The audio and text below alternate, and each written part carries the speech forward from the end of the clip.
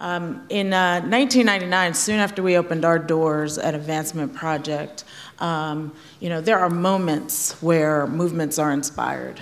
And one of those moments occurred when there was a fight in the stands of a football game in Decatur, Illinois. And Reverend Jesse Jackson got involved in that in Decatur, Illinois. You may remember it was televised all over the United States because there were a group of African-American men who were going to be expelled for 2 years. Most of them were seniors. And the idea was that you expel a senior for 2 years, that's a dropout.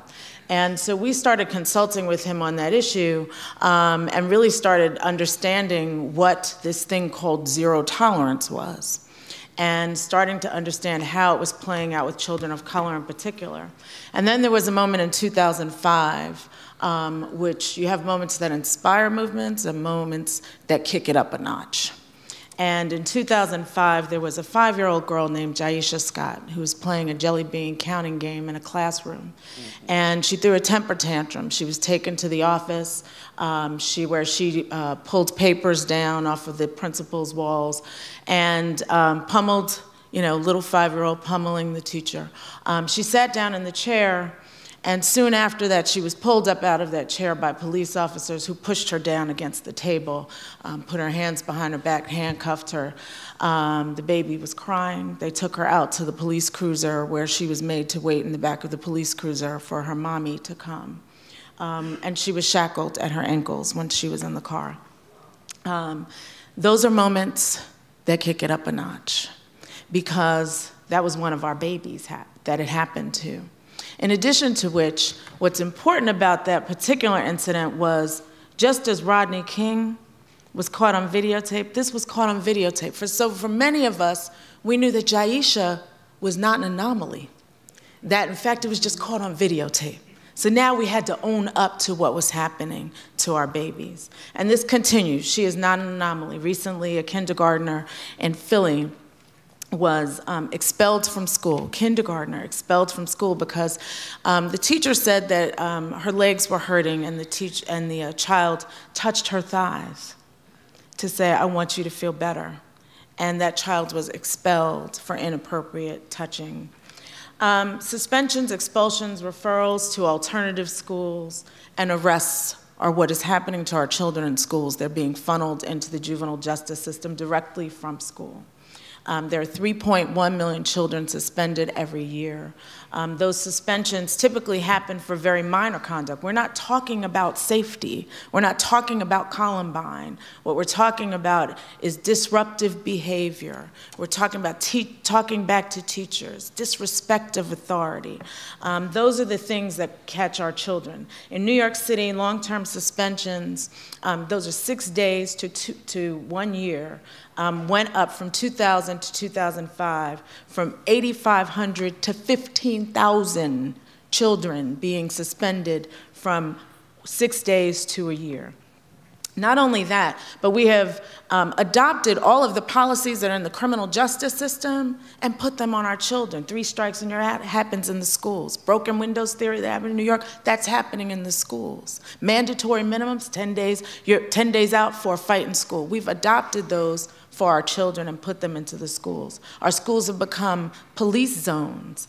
In 2005, 68% of students 12 to 15 reported the presence of security and police in their schools. In North Carolina, in the past decade, they have doubled the number of SROs, those are security officers. In the last decade, they doubled them. In New York City, $221 million spent on police in schools, and there have armed officers. Their division is larger than the police department of the District of Columbia and larger than the police department for Detroit. Children of color more likely to be suspended, 3 times more likely to be suspended. In places like Florida, black students 2.5 times more likely to be arrested in school. In Philadelphia, 3.5 times more likely to be arrested in school. I want us to make note of Philadelphia in particular because we have an African-American CEO in Philadelphia. And so we need to be talking to our friends about what we're doing to our children. Our children are more likely to be in schools where there are police. Note that Columbine does not have police. They do not have metal detectors in Columbine, nor do they have it in Paducah, where there was another school shooting. The effects are dropouts increase, poor academic achievement, continued behavioral problems. Actually, the more you're suspended, the more you kind of act out because you've fallen off an academic track. You go back to class, you're frustrated, and now you're going to continue to act out. You also feel that the adults in the school don't care about you. That means that more kids are being sent to the juvenile justice system. Depression, it creates a hostile environment. There are other consequences. For example, in Los Angeles, it's been reported that students who are being arrested or given tickets in school for truancy, their families are being evicted from public housing because of a conviction. So there are bigger consequences for our families. So the other thing that I wanted to point out is that while these numbers are really problematic, concerning, that there is a movement. And these moments that sparked movements give us hope. We have a website called stopschoolstojails.org